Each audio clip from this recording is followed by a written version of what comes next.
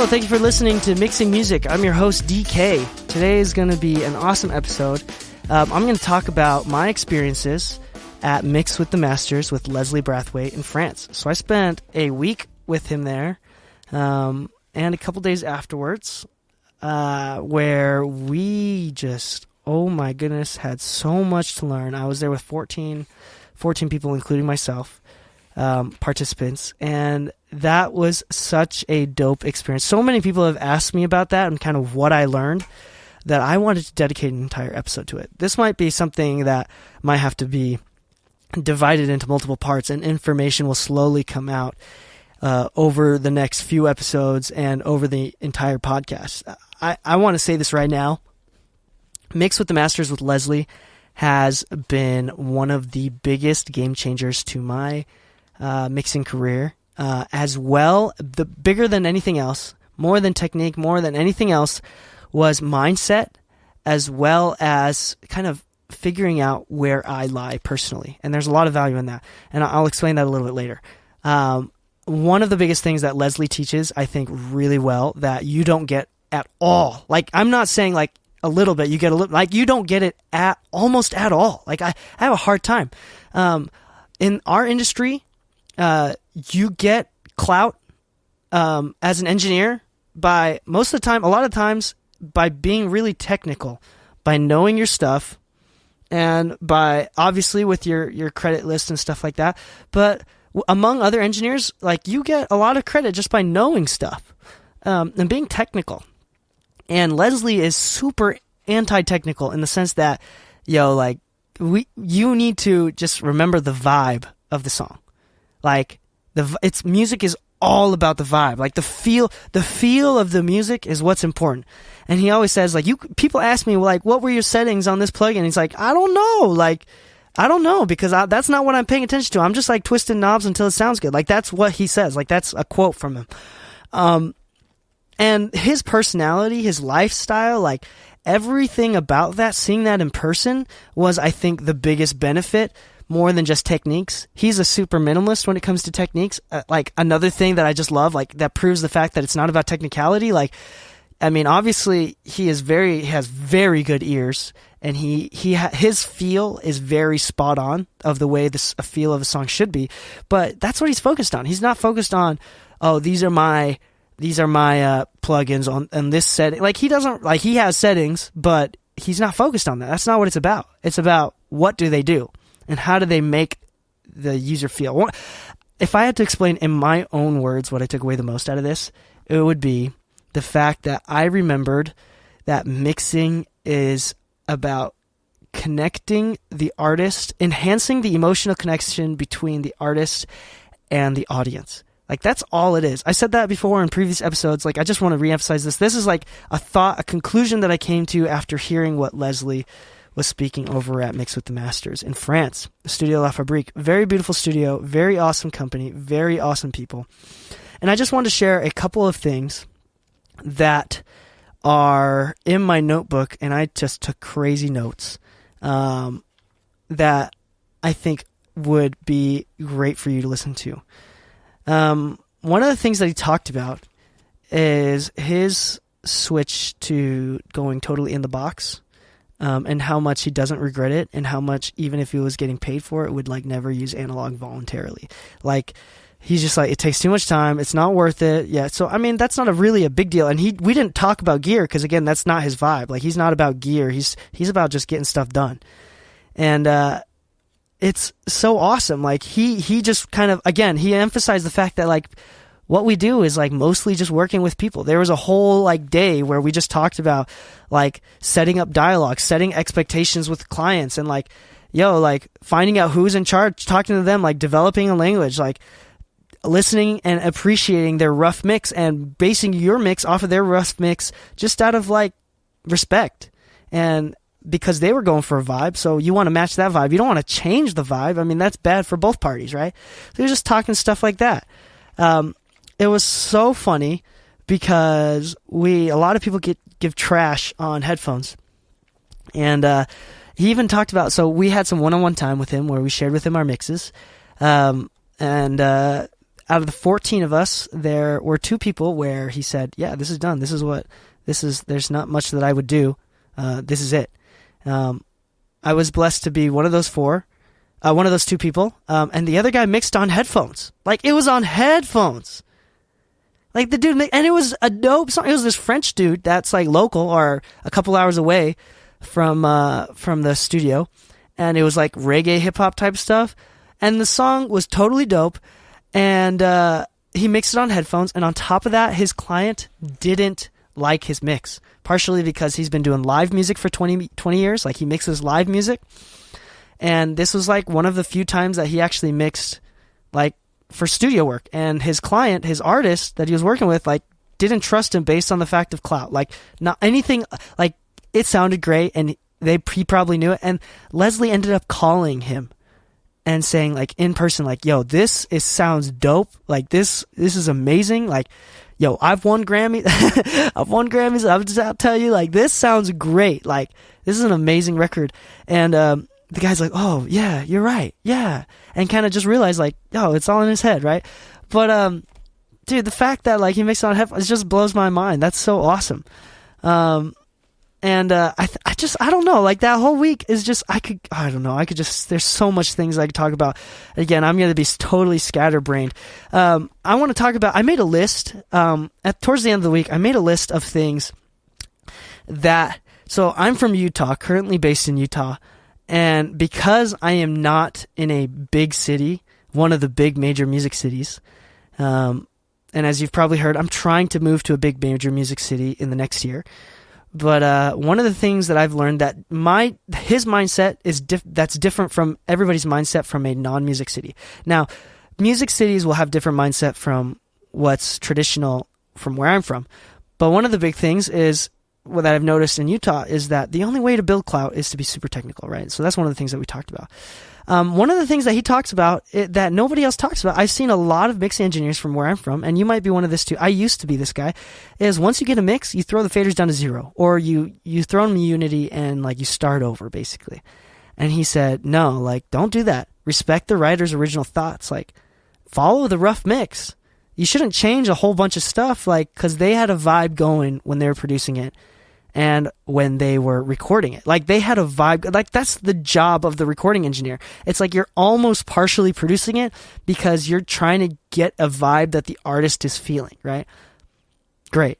That's like the number one thing on my list right here. And number 2, it's like he's not ultra super precise or technical. He has great ears, and I don't want to take away from that. He doesn't really use hotkeys, I notice. Like he loves to use his mouse. And honestly, like, he's not super efficient. I don't want to say he's inefficient, but again, like, it's kind of goes to show the fact that, like, yo, you don't really need to know Pro Tools or your software. You just, like, again, it's all about the vibe. It's not about technicality. He hates gear. He's like, F analog. I would never use analog. He said, I would, and this is different. Some people use Genelecs and Barefoots and do a really good job. But he said, I would rather jump off a bridge before using Genelecs, which I think is hilarious because people in Utah love Genelecs and Barefoots. And then one of the other things is one of my best friends that I made coming out of that seminar, he showed him his mix and he's like, hey, you use Barefoots, didn't you? And he's like, yeah, how can you tell? He's like, yeah, I could tell you're overcompensating like the Barefoot users do. And it was kind of funny because, like, people get so caught up in, like, really nice Jennies and, like, really nice Barefoots, and he's just, like, calling him out, and it's just like, yo, it's not about that. Okay, dude, the guy's, oh my gosh, just so awesome. He only uses like 12 plugins total. Yes, that includes like reverbs, and that includes all compression, EQ, everything. Like, he only uses like 8 to 12 plugins, and like as far as like a variety, like over all of his sessions, he probably has about 12 plugins total. Like, maybe with a few random ones here and there, but like in a typical session, he also has a lot of tracks where there's no plugins at all, and he uses like super minimal plugins per track. So the only track that he actually uses a lot of plugins and like spends time on is the vocal track, right? But in general, he like skips, or he's like, oh, there's like, because we were listening to a track, and there was like some weird ringing coming out of like the tambourine or like an acoustic guitar or something like that, and he's like, I hear it, I acknowledge it, but it's kind of adding a vibe. And he just ignored it. And everybody else is like, oh, that kind of hurts. And he's like, and then he like unsoloed it. And like after everything else was mixed, there's like, you know what? That actually does kind of sound like add a vibe. That kind of sounds like a bell in the back. I don't know, like, maybe I'm giving him too much credit on that one, but like really, like he just like, yeah, like this is what they intended. Like if it was that bad, like they would have taken it out, you know. And so that was like a Pharrell track that he worked on, and there's also like talking in the background of like the backing vocals, and he just like left it. And he's like, well, first off, I know that Pharrell and I we've had that dialogue where he just kind of likes that raw sound, but also the fact that like he left it in there, so obviously like he didn't want it taken out, but he does take stuff out like that when he feels like they need to be taken out. The next bullet point I want to talk about, he said, don't overcomplicate it, get it right the first time. Like if you're overthinking, like that's not good for you and that's not good for the client. Like, you know, you can usually figure out the feel of a track within the first hour, if that, and you can kind of get the framework done pretty quick. And you shouldn't be taking a lot of time on it. You start to self-doubt. It's not mentally healthy. I'll use that word. It's not mentally healthy to remain on a track for a long time. You just kind of gotta like do it really well and do it well, like, and finish it. Like you gotta realize, and if you're gonna come back to it, take a break first, right? He doesn't use a lot of bussing. Like he's super fast. Like he doesn't, okay, this is going to blow your mind. This is going to blow your mind. He doesn't use any bus compression or EQ, like, at all. Like, none. Zero. Nada. Like, nothing. Yeah, I'm telling you, like, he doesn't. And that's just his vibe. He's like, well, I can make it sound right without having to do that on a master aux or anything like that.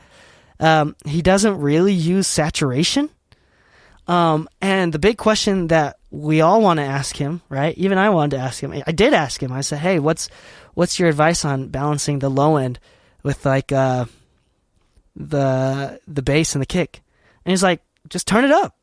He's like, if you want more kick, just turn it up. And that was his answer. Like a lot of these things, it's not EQ. It's just taking that volume knob and turning it up. Like turn up that fader. Like that's it. Like that was his advice, which I just love. And again, he just said like, hey, most of these stuff don't have to be fixed by compression or EQ. Sometimes, in fact, a lot of the times, 90% of the problem goes away just by turning down or turning up a track. And that is just so dope. And one thing that I really do want to talk about is during this one-on-one time, he also didn't get super technical as far as feedback. And I did have an entire episode about giving and receiving feedback. I believe that was episode 3. And we talked, and the way that he gave feedback, the way that he was kind of analyzing everyone's sessions, it was just so professional. It was exactly what I was talking about in episode 3.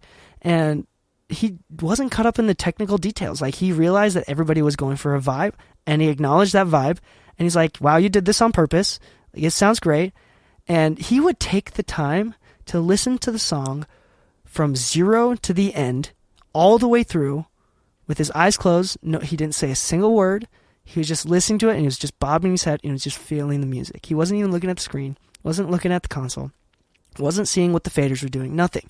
Like the meters were doing nothing. Like he wasn't doing anything. He showed appreciation for the music by listening to it all the way through without interruption. And I personally learned a lot from that. Like I have since then done that with my clients, where if a client gives me a rough mix, I won't give feedback. I'll just like listen. I'll be like, and I'll vibe with it, and I'll show them that I'm vibing with it, and I'll take the time to listen to the entire rough mix without saying a single word, and then at the end of it say, this is a dope song, and comment on the music. Like, this is great. Like, what you're doing, what you're communicating, I really love it. Like, don't say this, but obviously there's most of the time I'm like, okay, I'm about to make this dope. Like, I'm about to make this better, right? But that was one of the things. Like, he just really made each of us feel appreciated. Like, our mixes, like, he made us feel like they were good. He is also super abundance mentality. Just a little bit about that. You should just Google it, abundance mentality, and look it up if you don't. But I'll just kind of summarize it real fast. There's the scarcity mentality and the abundance mentality, where, like, people with the scarcity mentality will think like, ooh, I gotta like steal from people. I gotta lie. Like there's not enough work to go around. So I gotta steal them from other people. I have to be kind of cunning and kind of be sly and not really trustworthy. They don't really do well. And there's also lower forms of it where it's not lying and it's not cheating, but when there's no one else looking, He'll like go out of his way to do a project that he knows someone else would do. I don't know, stuff like that. I don't know. You could decide what that means within our realm. And then he's totally the opposite. He's like super abundance mentality. There's enough work to go around. I'm like just throwing stuff into the world. Like I don't ask people for work. Like I never have. I don't really believe in asking people for work is what he would say. And he's just like, people will come. Like if I continue to do a good job, things will happen. Like the one thing that he does is like, I say, I want to mix this person's album, and he'll just like say that and throw it out into the world. And like that, like, if I'm doing a good job, like that'll happen. And he's like, talks about, a lot of that stuff comes back. He's just super, super, super genuine, very patient, and very high, like morals. Like he's a family man.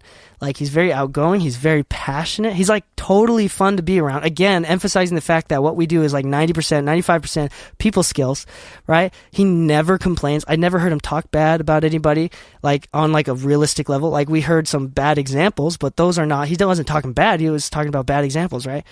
And then overall, like his entire mindset over technicality, like his vibe over technical stuff is just, again, I wrote that again. One of the other things that he said was about respecting the culture of the genre. Now, this is an interesting topic because respecting the genre of EDM is totally different from respecting the genre of pop or hip hop or rock. If you listen to a Foo Fighters track, which I did the other day just to kind of reference to something that I was doing, I was so impressed with how little low end everything is and how much like high mids, like everything is super mid range. Like the kick drum and the bass was not coming through my subwoofer at all. Like it was like, I was impressed, how little like range of frequencies there was in that track. But people obviously like it. You know, that's a vibe people are going for. So I'm not going to say anything about it, but you got to respect that culture. Like that's the culture of rock music. You got to respect that culture, you know? With hip hop, you got to respect the culture of hip hop. It's supposed to be dirty. Like you can't judge a culture based on other genres' expectations. I mean, yeah, like you kind of have to do that because pop music now, like it's hip hop. Like it's not pop. Like pop 20 years ago is totally something different from now. Even pop 10 years ago, 5 years ago is something totally different than what pop is now. But even then, like you got to still respect the culture. Like, hip hop is supposed to be kind of dirty and loose and fun, and I don't know, like it's supposed to be super lots of bass. That's like the point of hip hop.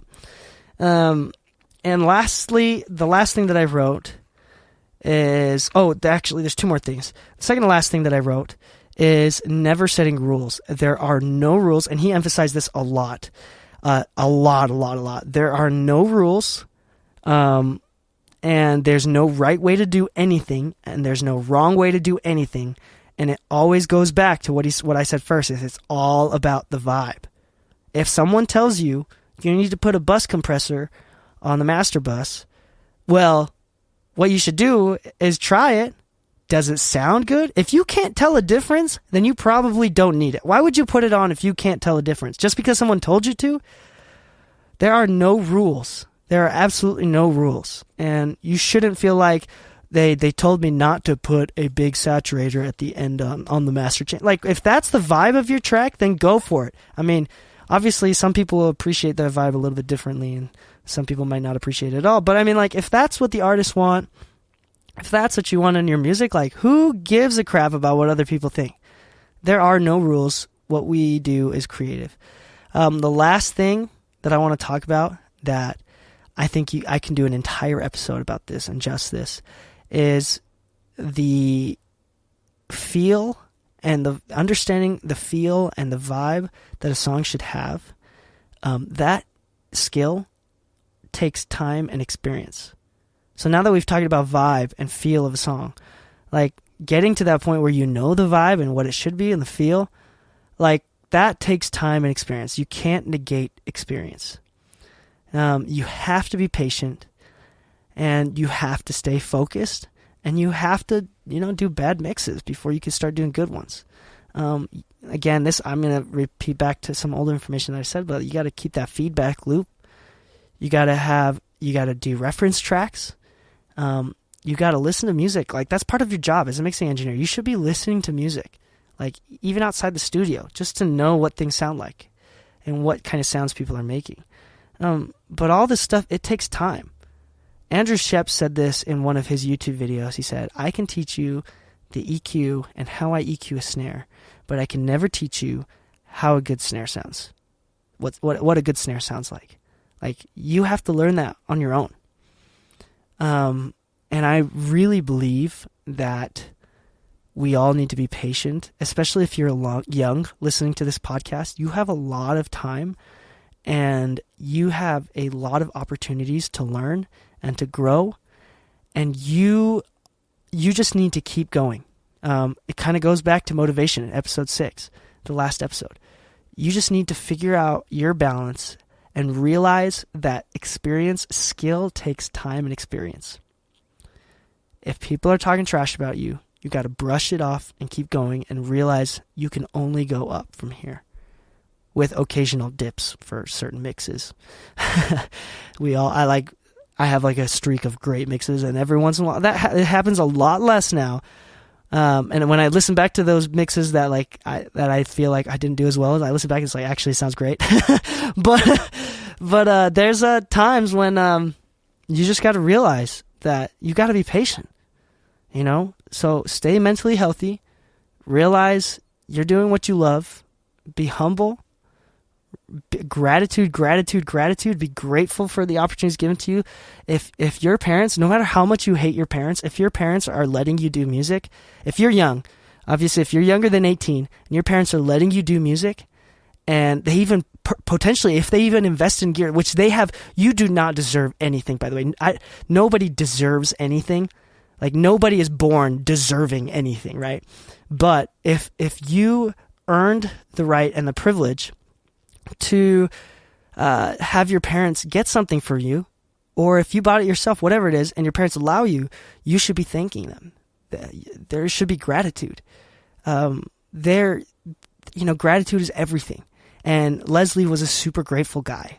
He was really proud of the fact that he knows what he's doing. He's worked with great artists, but in the end, he was very humble, and he was very realistic. He was very down to earth and very grateful. We all taught him something, and we all learned from him.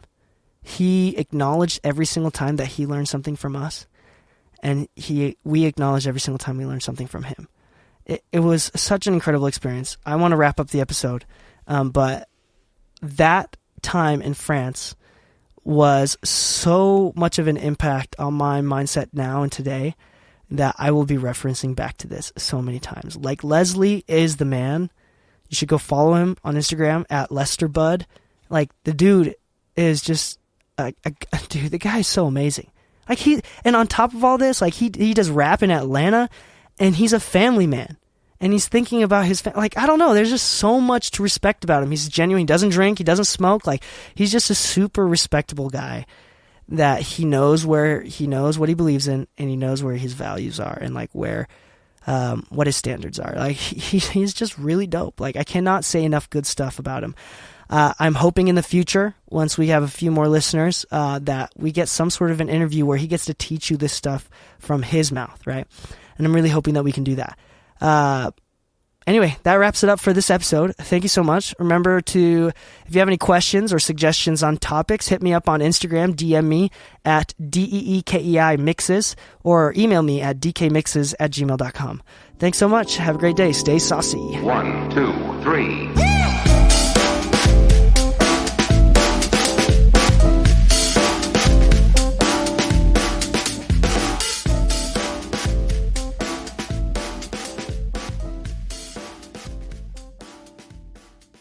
This episode of Mixing Music with Dee Kei has been brought to you by LaunchPod Media. If you want to start a podcast, make sure to start it right with LaunchPod Media.